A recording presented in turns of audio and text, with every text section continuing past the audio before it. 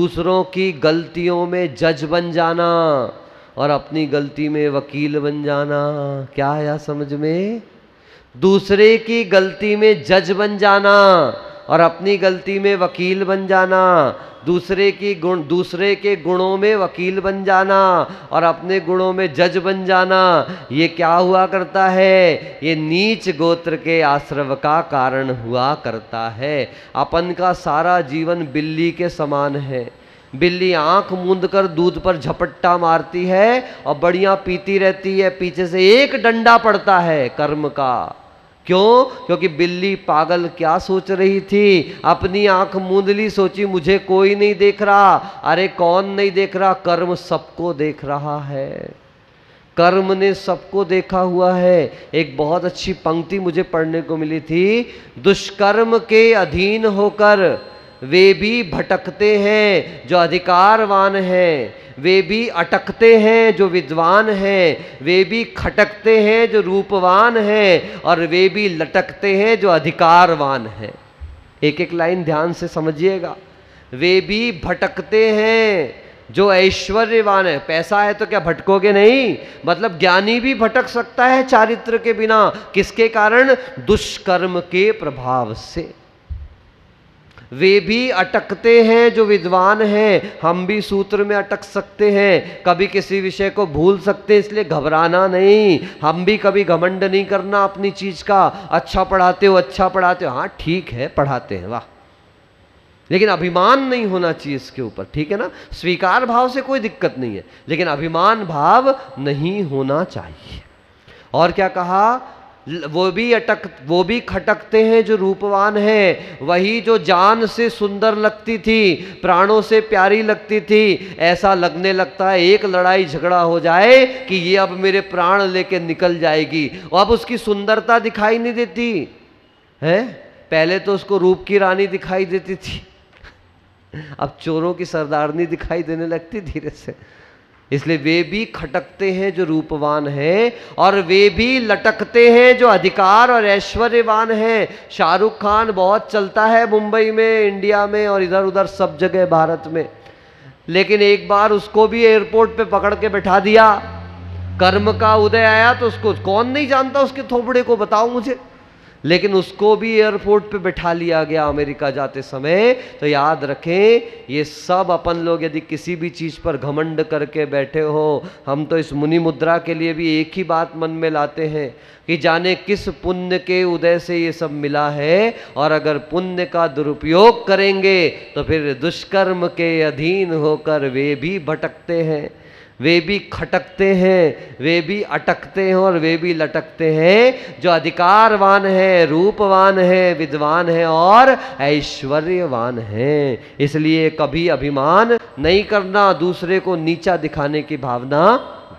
तद विपर्ययो नीचैर वृत्यनुत्सेकौ च उत्तरस्य। पिछले सूत्र में भी च आया था और इस सूत्र में भी च आया है। क्यों आया है? पिछले सूत्र का च कहता है कि जितनी जितनी अशुभ प्रकृतियां हैं वो इन परिणामों से वो भी बंध को प्राप्त होती हैं, और शुभ परिणामों से अच्छी अच्छी प्रकृतियां बंध को प्राप्त हुआ करती हैं। तद विपर्ययो यानी कि अब अपनी निंदा, गुणवानों की, किसी की भी प्रशंसा नहीं, गुणवानों की प्रशंसा, और अपनी भी निंदा हर किसी के सामने करते मत बैठ जाना। योग्य के सामने ही अपनी आलोचना करना, ऐसे गुरु के सामने करना जो आपकी खोट को निकाल सकता हो, आपके दोषों को गुप्त रख सकता हो, ऐसे ही गुरु के सामने अपनी आलोचना करना। ऐसे के सामने मत कर देना जो और चार के बीच में कह दे, अब दोष बताने से भी नुकसान और हो जाए। इसलिए अपने आप नीचैर वृत्ति, नीचैर वृत्ति का अर्थ होता है नीच वृत्ति नहीं, नम्र भाव होके चलना, बिल्कुल झुक करके चलना, विनम्र होकर के चलना। ये और उत्सेक का मतलब हुआ कि मद का अभाव, कभी अभिमान मत करना, ये उत्सेक का अभाव हुआ। ये सब उच्च गोत्र के आश्रव के कारण है। कहने का मतलब जो जितना नम्र होकर के चलता है वो उतने उच्च गोत्र को प्राप्त करता है, और जो नीचे होकर के भी अभिमान करता है वो और नीचे की तरफ चला जाता है। विघ्न करण मंतरायस्य,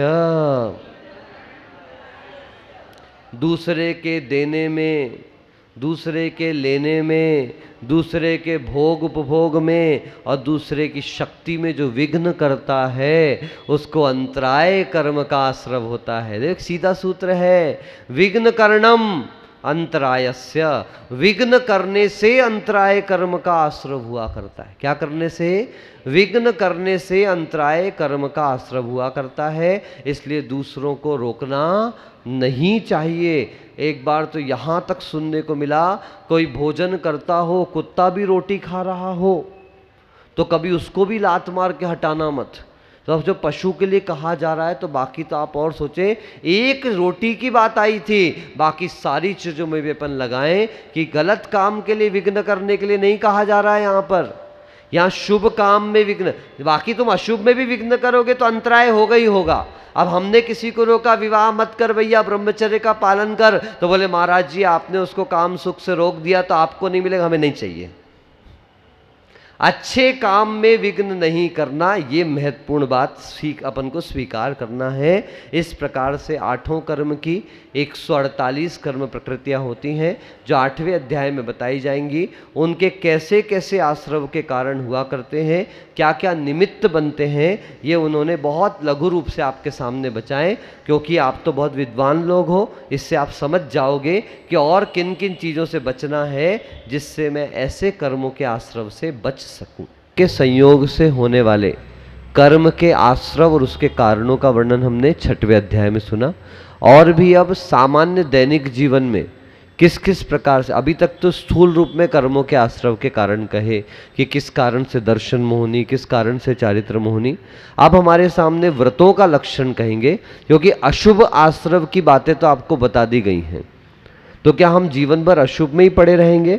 अशुभ से उठने का यदि कोई मार्ग है तो हमें आचार्य के सामने निवेदन करना है कि हे आचार्य भगवंत, ऐसे शुभ का मार्ग भी हमें बताइए जो हमें शुद्ध तक लेकर के जाए। किसका मार्ग? पहले तो अशुभ से बचने के लिए शुभ, और फिर शुभ में जब हम आ चुके हैं, अशुभ से बच गए हैं, तो फिर कहते हैं ना अब तो बड़े बन जाइए, कब तक लॉलीपॉप खाएंगे, थोड़ा सा आगे बढ़ना पड़ेगा। तो शुभ से भी आगे बढ़कर हमारा लक्ष्य क्या है? शुद्ध का लक्ष्य हमारा है। आप जब भोजन करते हैं तो उस समय आपको खाने के पहले क्या कहा जाता है? हाथ धो के आओ प्रशांत भाई, है ना। आप भोजन कर लिया और भोजन करने के बाद अब जब भोजन कंप्लीट हो गया आपने हाथ नहीं धोया, तब सब अरे झूठे झूठे हाथ है, हाथ दो हाथ दो। अरे अभी जिस भोजन को चाव से खाया जा रहा था, अब उस हाथ को आप लोग क्या कहने लगते हो? जूठा हाथ कहने लगते हो। ये आपकी थ्योरी हमको समझ में नहीं आई। अभी खाने के लिए हाथ धुला रहे थे, अब खा लिया तो फिर हाथ दो। यही बात हम कहना चाह रहे हैं कि पहले अशुभ के हाथ धोकर शुभ खाने की व्यवस्था दी गई, लेकिन कब तक शुभ में रमते रहोगे? इसीलिए मुनियों को दिन में 3 बार सामायिक की व्यवस्था दी है। बहुत सारे साधक, चिंतक और विचारक ऐसा मानते हैं कि सामायिक का अपर नाम देववंदना है, तो वहां पर देववंदना करनी चाहिए। मगर आचार्य श्री कहते थे कि अगर आप सामायिक के समय भी देववंदना ही करोगे, सामायिक के समय भी प्रवृत्ति ही करोगे, तो निवृत्ति कब हो पाएगी? क्योंकि आजकल ऐसी पंचम काल चल रहा है, अलग से यूं भी साधु कभी ज्यादा ध्यान करने बैठते नहीं है, और जो ध्यान का समय मिला 3 बार का, उसको भी हम देववंदना प्रवृत्ति में खो देंगे, तो हम निवृत्ति की ओर कब जाएंगे? ये सारा जितना आचरण मुनियों की चर्या में, आहार चर्या कौतूहल का विषय बन गई। किसका विषय?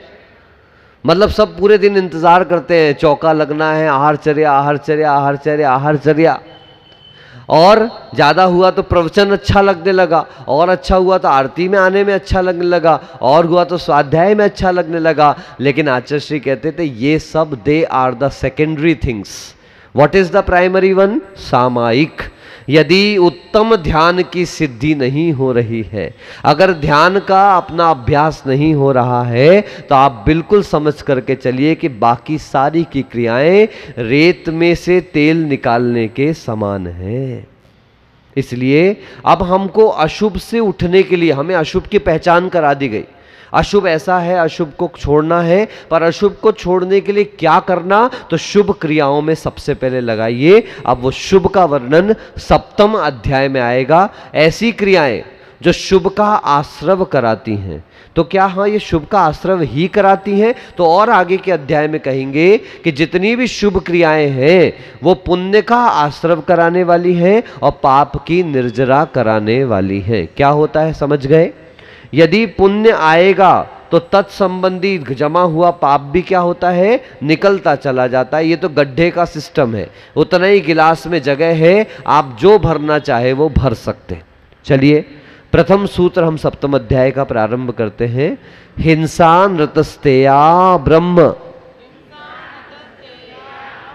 नहीं, मैं आपसे बिल्कुल खुश नहीं हूं, क्योंकि आप मेरे को बिल्कुल नकल नहीं करते। आप प्लीज़ हमारी नकल करिए, जहां हमने खींचा है उसको आप भी खींचिए, ताकि जहां पर संधियां हुई हैं उनके उच्चारण स्पष्ट हो सके। हिंसा नृतस्तेया ब्रह्म परिग्रहेभ्यो। वेरी गुड, बहुत अच्छा। विरतिर्व्रतम, विरतिर्व्रतम, बहुत अच्छा। देखिए जो रेफ ऊपर लगा है उसका उच्चारण पहले करना है। आई बात समझ में? और कभी ये भी सोचिए, व्याकरण का सूत्र में बहुत अच्छा है, आपको बता देता हूं। पूर्व व्यंजनम ऊपरी और पर व्यंजनम अधः। यदि रकार व्यंजन के पीछे होती है और उसके पीछे स्वर आता है, तो ऐसी स्थिति में जो व्यंजन वो रकार है वो नीचे जाती है। उदाहरण मैं आपको दूं, आज बोर्ड नहीं लगा है, नहीं तो मैं आपको उदाहरण देता कि वह यदि रकार जो है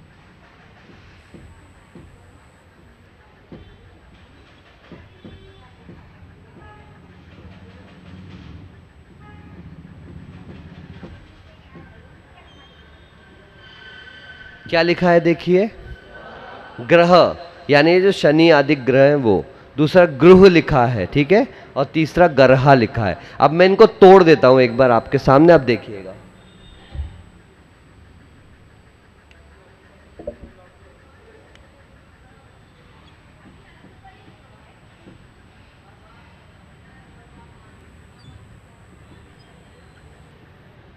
ग, र और अ, क्या क्या हो गया? ग में र रेफ लगा हुआ है और पीछे स्वर है। आप देखिए र स्वर के कहां आ रहा है, आगे। ध्यान से देखिए, र कहां आ रहा है, स्वर के आगे। और देखिए आप, इसमें कोई लफड़ा नहीं है, क्योंकि तो सीधे री ऋषि की मात्रा है ना। तो ये वाला विकल्प तो अपन अभी हटा देते हैं। अब इस वाले विकल्प में देखिए,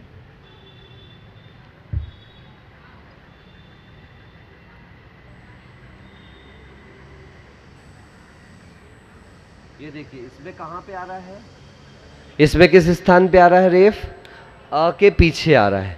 इसीलिए वो स्वर के चुपचाप पीछे खड़ा हो गया, तो उसको कहां ले जाके रख दिया गया, ऊपर, गर्हा। और ये वाले में क्या हुआ, स्वर के आगे आ गया, तो इसको धक्का मार के स्वर ने कहां बिठा दिया, नीचे ले जाके बिठा दिया। जो सिर पर चढ़ने की कोशिश करते हैं ना, उनको कहां दबा दिया जाता है, नीचे। और जो विनय के साथ पीछे आके खड़े हो जाते हैं उनको कहां बिठा दिया जाता है। आई कोई बात समझ में? अब हम आपको और अच्छा उदाहरण देते हैं। स्वर का मतलब है संयम, बोलिए क्या हुआ?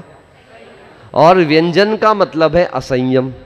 जो व्यंजन स्वर को दबाने की कोशिश करता है, जो व्यंजन स्वर को दबाने की कोशिश करता है, उस व्यंजन को नीचे जाके बैठना पड़ता है। ये देखो, र को कहां जाके बैठना पड़ा, नीचे।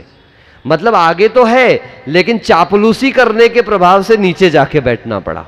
और जो विनय के साथ आचरणवानों के पीछे चलता चला जाता है, संयमियों के पीछे चला जाता है, संयमी भी उसको क्या करते हैं, उठाकर, आप लोग गाते हो ना, सुना है हमने शरणागत को अपने गले लगाते, उसी को लगाते, ध्यान रखना, जो आज्ञा का पालन करता है, अनुशासन में रहता है, बात को मान कर चलता है, उसी व्यक्ति को गले लगाया जाता है। आ रही बात कि नहीं आ रही बात समझ में? ये आपको नहीं, अनुश्रुतमती को अच्छे समझ में आई होगी।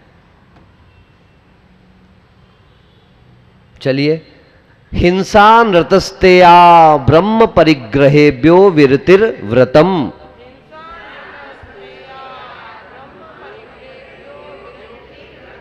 ठीक है साहब, देखिए 5 प्रकार के पाप बताए जा रहे हैं। हिंसा, अनृत का मतलब होता है झूठ, अस्तेय, स्तेय का मतलब होता है चोरी, अब्रह्म का मतलब आप जानते हैं, और परिग्रह का मतलब वस्तुओं का संग्रह और मूर्छा। इस प्रकार से इनसे विरत होना क्या कहलाता है? व्रत कहलाता है। आज आपको सुबह की कक्षा में पढ़ाया था, अप्रत्याख्यान आवरण कषाय, प्रत्याख्यान आवरण कषाय। उसमें प्रत्याख्यान शब्द का अर्थ हमने आपको क्या बताया? विरति या व्रत बताया था। वही व्रत की यहाँ पर चर्चा है, और आगे और आसानी से आपको भी समझाएंगे। देश सर्वतोणु महती, वेरी गुड। देखिए, तो के बाद एस बना हुआ है ना, यानी जहां भी एक खंडाकार बना रहता है एस, वहां से आकार का लोप हुआ है। देश सर्वतोणु महती, यानी ये जो व्रत है ना, आपके ऊपर व्रतों की चर्चा है। हमने आपको पहले ही कहा था, सूत्रों की प्रवृत्ति क्रमशः चलती चली जाती है। उन्होंने व्रत के बारे में कहा, तो वो व्रत भी 2 प्रकार के होते हैं, एक देश व्रत और सर्वदेश व्रत।